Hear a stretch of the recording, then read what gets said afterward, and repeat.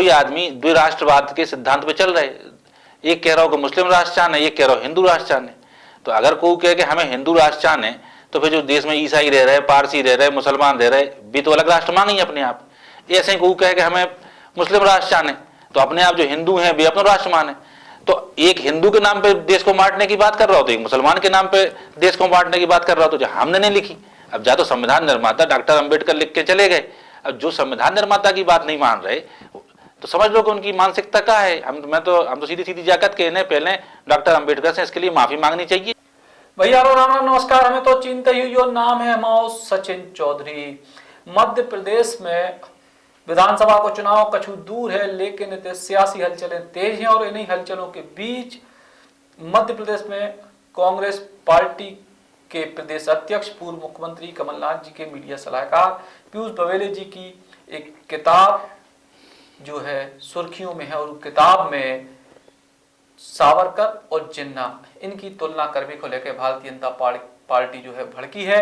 और पीयूष बवेले जी हमारे संग और इनको परिचय विस्तार से भी आपको दे वो जरूरी है। काय के कांग्रेस पार्टी के प्रदेश अध्यक्ष कमलनाथ जी के मीडिया सलाहकार तो अब हाल में ही बने हैं बवेले जी, लेकिन देश के वरिष्ठ पत्रकार रहे हैं, कई सारे बड़े संस्थानों में नाम कमाया हो, बुंदेलखंड के गौरव भी हैं, काय के बुंदेली माटी से ताल्लुक रखते हैं और इनके संग इतिहास को लेकर कई सारी बड़ी किताबों को लेखन इनके द्वारा भाव है। भाई साहब नमस्कार, राम राम। राम राम भैया, राम राम। भाई साहब जो क्या गदर करार है जो है किताब में कांग्रेस और राष्ट्र निर्माण की गाथा जो है का है, हमें तो जो समझ में नहीं आ रही कि ई पे अगर पाकिस्तान को टेंशन हुए तो बात समझ में आया कि भैया भारत की तारीफ हो रही और कांग्रेस की तारीफ हो रही। अब उनमें हमने 1857 की लड़ाई को जिक्र करो कि महारानी लक्ष्मीबाई उनमें बलिदान से लड़ी, तो अब भाजपा को दिक्कत होनी है, सिंधिया की पार्टी हो गई। अब उनमें हमने लिखी कि साहब आदिवासी विद्रोह भव, तांत्या मामा और बिरसा मुंडा सबने लड़ाई करी, तो अब ये आदिवासी दिवस की छुट्टी जो कमलनाथ जी ने दी थी बहन ने खत्म कर दी, बड़ा दिक्कत है इन्हें। अब हमने उनमें लिखी कि सरदार पटेल ने आरएसएस पे प्रतिबंध लगाओ, तो अब इन्हें तो दिक्कत हुई, सरदार पटेल की हम तारीफ करें तो इन्हें दिक्कत होने हैं। ये सब बातन पे ये अपनी मचा रहे। अब जरूरत तो इस समय है कि भाई चुनाव को साल आगो, तो विकास की बात होनी चाहिए, रोजगार की बात होनी चाहिए, महंगाई की बात होनी चाहिए। तो उन सब मामलों में तो भाजपा हो गई फेल, सरकार के स्तर में चल रही।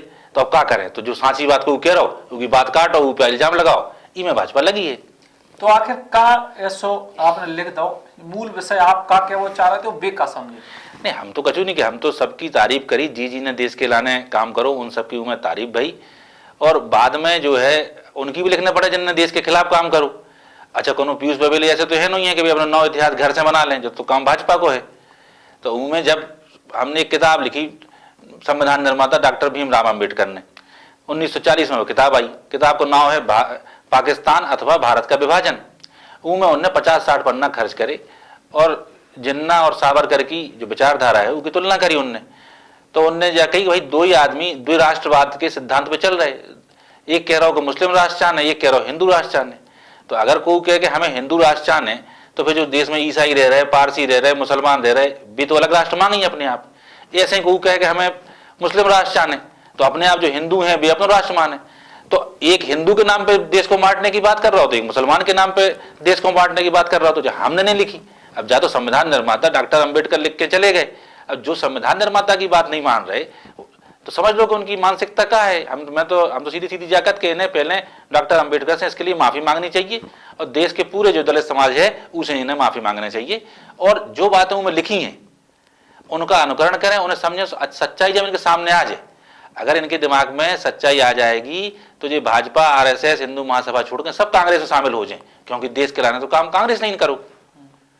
नहीं, लेकिन भारतीय जनता पार्टी तो कह रही कि आप जो है विवाद बना रहे, इतिहास को गलत तरीके से पेश कर रहे, और सावरकर ने जो है देश की आज़ादी के लाने कितनों संघर्ष करे, जेल की यातना सही, और आप उनसे जो है जिन्ना की तुलना कर रहे।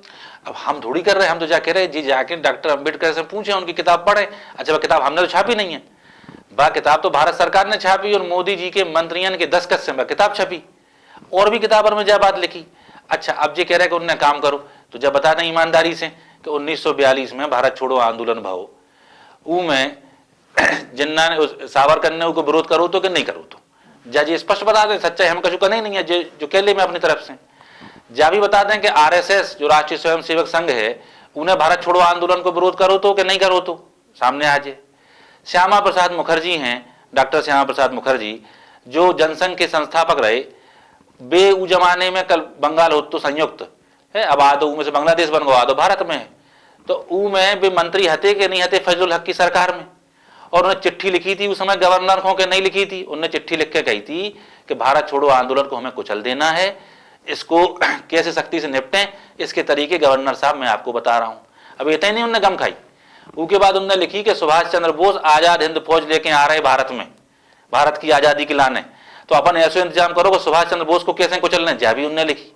तो अब जब तुम्हारे पुरखन ने काम खराब करे तो हम तुम खराब को खराब ही करने पड़े। या तो तुम अच्छे लोगों ने, तुम सुभाष चंद्र बोस के रास्ता पे चलो, हम कहेगा तुम्हें रोके, तुम भगत सिंह के रास्ता पे चलो, तुम गांधी के रास्ता पे चलो, नेहरू के रास्ता पे चलो। अच्छा, अब सावरकर की ओर पूछा, तो अब जा बताओ, जो कोई इतिहास सत्य नहीं है कि महात्मा गांधी की हत्या के बाद सावरकर के ऊपर महात्मा गांधी की हत्या का मुकदमा चला कि नहीं चला, वे हत्या के आरोपी थे कि नहीं थे। फिर हत्या के बाद ऐसी क्या वजह हो गई थी कि सरदार वल्लभ भाई पटेल ने 30 जनवरी 1948 को तो महात्मा गांधी की हत्या भई, और 4 फरवरी 1948 को उनने आरएसएस के ऊपर प्रतिबंध लगा दो। तो कछु तुम गांधी जी की हत्या के समय कोनो बात तो गड़बड़ हुए, हम कह नहीं रहे, लिखी सब है किताबन में, हम कह सकते, लेकिन हम नहीं कह रहे। तो कछु तो गड़बड़ भाई हुए कि जो सरदार वल्लभ भाई पटेल ने इन पर तुरंत प्रतिबंध लगा दो। तो अब जब अपनी शकल खराब है और हम देखें शीशा, उसमें दिखाए शकल खराब, तो हम शीशा फोरन लगे, तो हम उसमें क्या फायदा होता। भैया अपनी शकल अच्छी कर लो, कर्म अच्छे कर लो, चलो पहले गलती भाई जो भाई तुमने 47 में गलती करी, 48 में गलती करी।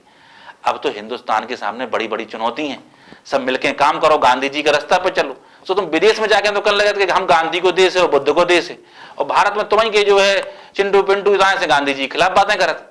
तो ये दो मुही नीति अच्छी नहीं है देश के लाने।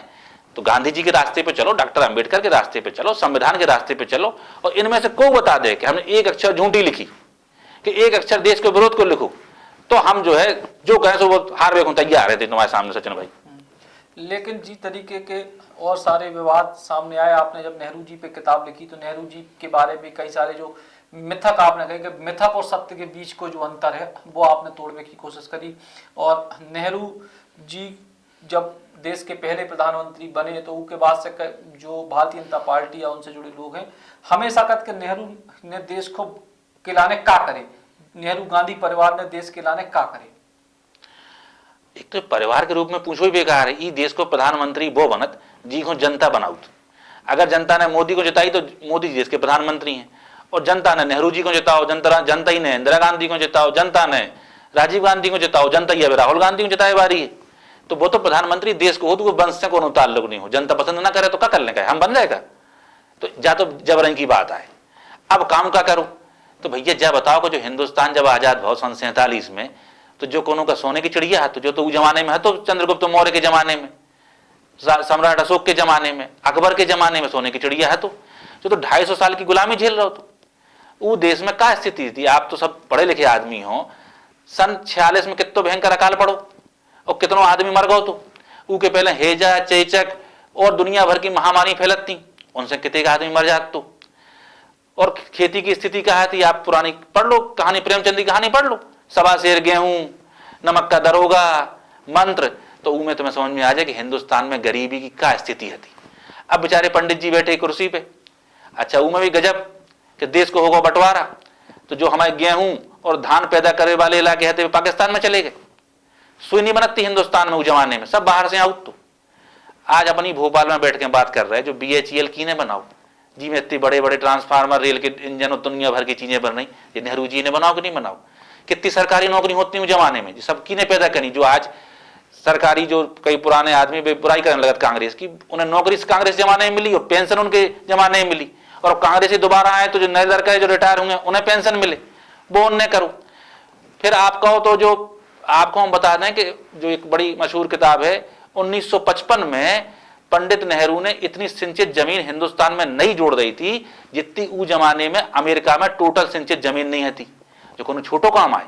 आप अबे भोपाल के आसपास चले जाओ, कितने बांध हैं, जो कलियासोत बांध की सरकार में बनो, कोलार बांध की सरकार में बनो, और बांध सब चले जाओ, जो पानी अपने पास आ रहे की ने बनाए जी बांध। तो आदमी को तो झूठ बोलने को भाजपा को हल्ला का तरीका है, सुबह दबाव जाते, चाहे IIT बनी हो, चाहे IIM बने हो, चाहे ये निर्वाचन आयोग बना हो, चाहे RBI जी शकल में आ जाओ जो आरबीआई हो, सत्ता का विकेंद्रीकरण, सबरू काम तो नेहरू जी करके दे गए। अब तो समस्या जा है कि चुटकुला चलन लगो आजकल तो कि भैया बताना दियो नेहरू जी ने कितने काम करे, तुमने काम बताया मोदी जी बेच दें। तो इसे आदमी चुप रख मस्तों बैठो रख कि हम नहीं बता रहे, नहीं तो जिब्बियां छोड़ दें। और जिन किताबों के परे, जैसे हमने आपसे कही थी कि देश के वरिष्ठ पत्रकार रहे पीयूष बबेले जी भाई साहब, लेकिन आपके और आगे संघर्ष तक भी पहुंचे कि पत्रकारिता से कांग्रेस की तरफ इतने जो कितने कैसे आप एकदम से जो है पूरे पत्रकारिता तो देश की जा रही भाजपा ताई और आप जो है आ गए कांग्रेस ताई, जो कैसे उल्टी रास्ता चले। भैया देखो ऐसी है, तुमको सांसी बता दें और तुम कहो तो ऐसी केवी की बात कहते हैं, जैसी आपको करने हो। सांसी तो जा है कि आप खुद ही सब जने देखे बारे कि पत्रकारों की कितनी आज़ादी रह गई। हमने आज से 20 साल पहले से पत्रकारिता शुरू करी थी, हमने सबके खिलाफ लिखो, पत्रकारों काम ही हो तो जो सरकार हो वो आई ना दिखाओ, हमने कांग्रेस के खिलाफ भी लिखो, भाजपा के खिलाफ भी लिखो, बसपा सपा दुनिया भर की जो पार्टी है जी के जो सरकार में रही उसकी आलोचना करी। लेकिन देखा देखा एक ऐसा समय आ गया कि अब तो सरकार की हाँ में हाँ मिलाबो ही पत्रकारिता बची बहुत है हद तक, बहुत आप जैसे बहुत अच्छे पत्रकार दम से कर रहे काम। और अब तो देश में जो स्थिति है कि कलम से तो जो आदमी को लोग लाज हो शर्म हो वो कलम से डरा थे, अब डकैत तो नहीं डरा उसे। तो जब तानाशाही दिखाने लगी देश में तो ई को मुकाबला तो भैया कांग्रेस पार्टी ही कर सकत है। कैसे वही ने संविधान बनाओ, वही ने तिरंगा बनाओ, वही ने सब सिस्टम डलाए, वही ने विपक्ष को आगे बढ़ावे की पद्धतियां बनाई। तो हम तो समझ रहे भाई तानाशाही जो सामने है उनको मुकाबला जो सबसे बड़ा संगठन है वह कांग्रेस पार्टी कर सकत। तो जो भी आदमी चाहे वो पत्रकार हो, चाहे वो चित्रकार हो, चाहे वो सरकारी कर्मचारी हो, चाहे वो घरे बैठे हो, चाहे घरेलू महिला हो, अगर वो चाहूत के लोकतंत्र बच जाए। लोकतंत्र का मतलब हो, लोकतंत्र का मतलब हो कि राजा को राज ना हुए और जनता का राज हुए, जनता के मन से देश चले, राजा के मन से ना चले जो है। तो जो समस्या जो इस समय आ गई जाइए कि नहीं है कि भाजपा ने कांग्रेस को हरा दो, कि भाजपा ने तृणमूल कांग्रेस को हरा दो, कि समाजवादी पार्टी को हरा दो, नहीं, भाजपा इस समय लोकतंत्र को हरा रही और लोकतंत्र को बचावे की सबसे बड़ी लड़ाई राहुल गांधी, कमलनाथ जी ये सब जने मिलकर लड़ रहे। तो जी को भी हिंदुस्तान से प्यार है, उन्हें इनके संगे मिल जाना चाहिए और लोकतंत्र की स्थापना करना चाहिए। जब बिल्कुल वैसी बात आ गई आज से ठीक 100 साल पहले 1922 में महात्मा गांधी गिरफ्तार भय थे असहयोग आंदोलन में। उस जमाने के सब बड़े बड़े आदमी थे, अपने अपनों काम करते। सरदार वल्लभ भाई पटेल अहमदाबाद के सबसे ज्यादा फीस लेने वाले वकील थे, मोतीलाल नेहरू जी इलाहाबाद के, देश बंधु चित्तरंजन दास कलकत्ता के, और सुभाष चंद्र बोस तो उस जमाने के ICS थे और लंदन में थे। तो इन सब ने सबको छोड़ के और सब गांधी जी के पीछे आ गए थे कि काहे कि हमें देश बचाओ में पहले देश को आजाद करने। तो बा आजादी की पहली लड़ाई थी और अब है जा आजादी की दूसरी लड़ाई। तो इमें जी को देश बचाओ ने और लोकतंत्र बचाओ ने उखो राहुल गांधी के पीछे कमलनाथ जी के पीछे आओने पर सो देश बच जाए। इमें कांग्रेस की भलाई नहीं है, इमें देश की भलाई है। सो भैया हम पहले आदमी आ गए, आप सबको स्वागत है, जो आना चाहे सब जने आ जाए।